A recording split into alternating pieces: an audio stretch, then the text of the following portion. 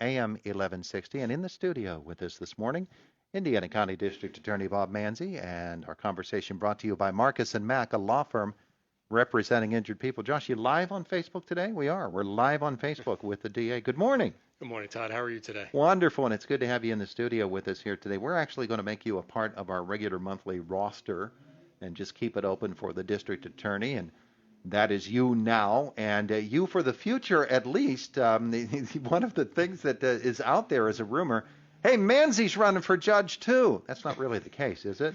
No, Todd. I'm here to tell your listeners that, in 2019, I went around the county. I knocked on the doors of over 8,000 voters and went to numerous events because I wanted to run for district attorney. I wanted to be district attorney. With Judge Martin retiring, I know that seat is up, and it may be a while until the next seat for judge is up. So the rumors have been flying as they do, but I'm here to officially announce I am not running for judge. I am the district attorney. I really enjoy being the district attorney, and I hope to remain district attorney for a while here. You know that you're the first person we've ever had in the studio to announce that he's not running for something. But, those rumors do get started, and they can catch fire pretty quick. They can. They go around. I've had a number of people call me. It's gotten to a point now where just about everyone, every week I get a call or two at least asking me what my intentions are. And I know we have 3 candidates for a judge right now, and there's an awful lot of planning that goes into it. People who want to volunteer and help on those campaigns.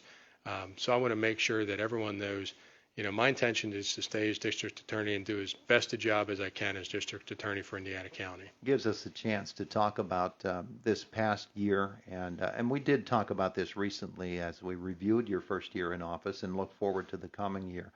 But I did not get the chance to ask you, how do you enjoy the job? Is it something is it what you thought it would be? It is. It is. I was a prosecutor before me and my family moved back to Indiana County. I was a prosecutor for 5 years. Really enjoyed the job.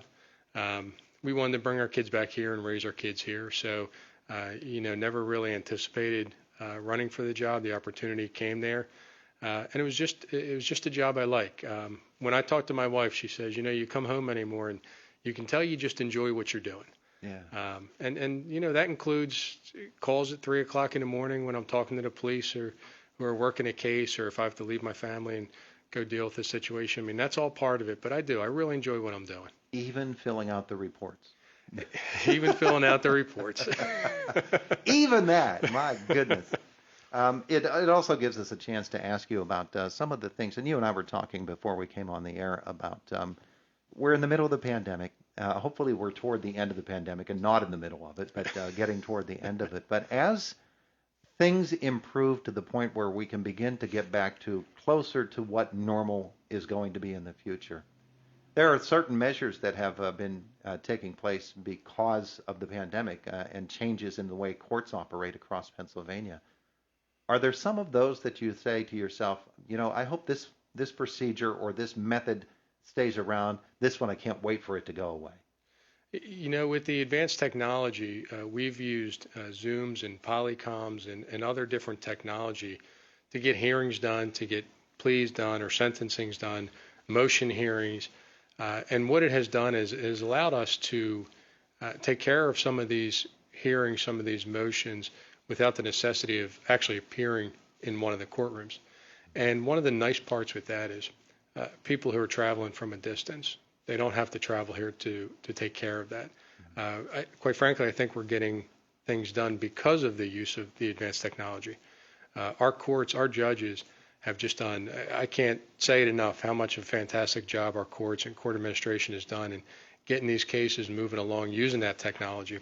And if we continue to be allowed to use the technology after the pandemic, not only will there be cost savings and time savings for people who are within the system, but there's also a safety and security issue. We really haven't transported too many inmates from the jail to the courthouse for hearings that could be done over advanced technology. Mm-hmm. Well, that's an incredible cost to taxpayers, and it's a safety risk. So if we're able to continue to do some of those hearings and some of those motions over the advanced technology, we're talking about a huge tax savings for taxpayers, and we're talking about a huge security issue that has been resolved. Will there be certain legal ramifications, certain vulnerabilities involved in using the advanced technologies that maybe the legislature will have to step in and just by statute say this is the way that things will be done? Yeah, they're going to have to look at some of the statute. The PA Supreme Court will have to look at some of the rules and what they allow and what they don't allow. And then I think it's really up to the judges. And again, our judges do a very good job of this to make sure that if we're able to do it over advanced technology, we can do that. If it is something that really needs people live in court, they will bring them in for that.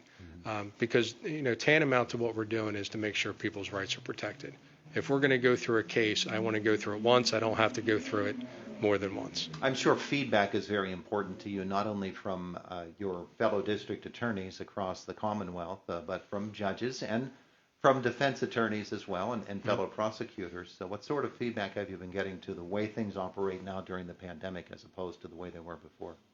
With regards to the use of advanced technology, a lot of people have really enjoyed that. A defense attorney who may travel to multiple counties because that's what their livelihood is, now can sit in their office and do a guilty plea or a sentence or a motion a couple counties away. Mm-hmm. It saves them from having to travel a couple hours out and a couple hours back.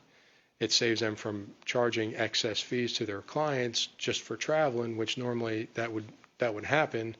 Mm-hmm. So it's a cost savings to the clients, and it's a lot easier to do by staying in your office. Yeah, absolutely. So we can see, and they could expand their services then. Attorneys here could be working for clients in other counties with no problems at all, with ease. Absolutely. And even being able to use some of this technology when we're working on cases. I sat on a round table last week with all of the district attorneys in Western Pennsylvania for a couple hours, really just fleshing out different issues that we're seeing, how we see some of this technology being used in the future.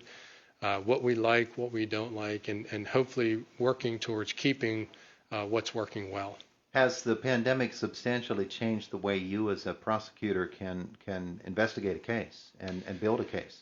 It certainly has hindered it a lot. What it really has gone towards is the very serious cases, the homicide cases. Those investigations, you find a way to make them work.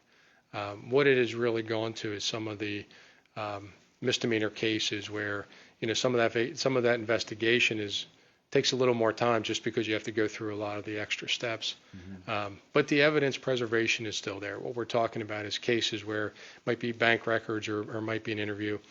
That evidence will still be there in a week, so we just want to make sure that our officers are safe, but we still have the evidence preserved. We're talking with Indiana County District Attorney Bob Manzi today, who says, I'm still district attorney. I'm going to be district attorney. I'm not running for judge.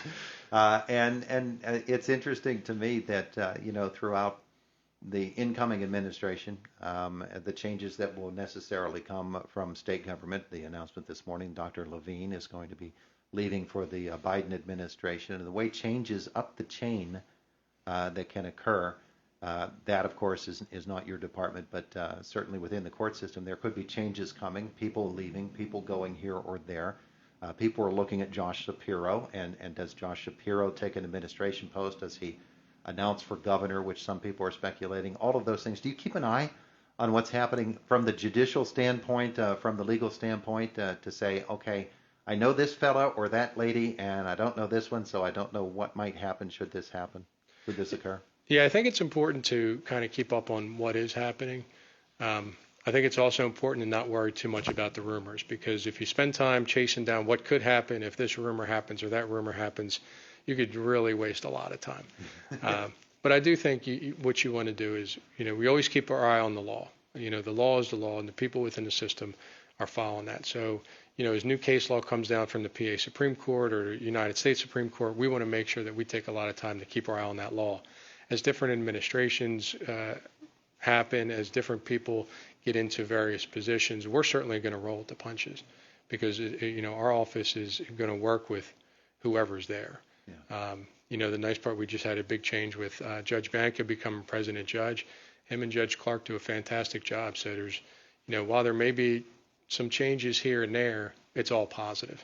Do you expect that there will be an appointment made by the governor to that judge seat, or just going to wait it out until the election comes along? I have not been privy to any information that it's going to happen or not going to happen. You're not putting your money down somewhere? Yeah, I'm going to keep my money in my pocket and probably be better off. One of these times in the future, I want to ask you about the complexities of building a case for the appellate courts when you're here and they're there. We'll get into that and other topics, I'm sure, as we initiate this series of monthly visits with you. I want to thank you for coming in today. And I want to thank you for having me. Thank you, everyone, for listening. It is the voice of Indiana County, WCCS 101.1 FM and AM 1160.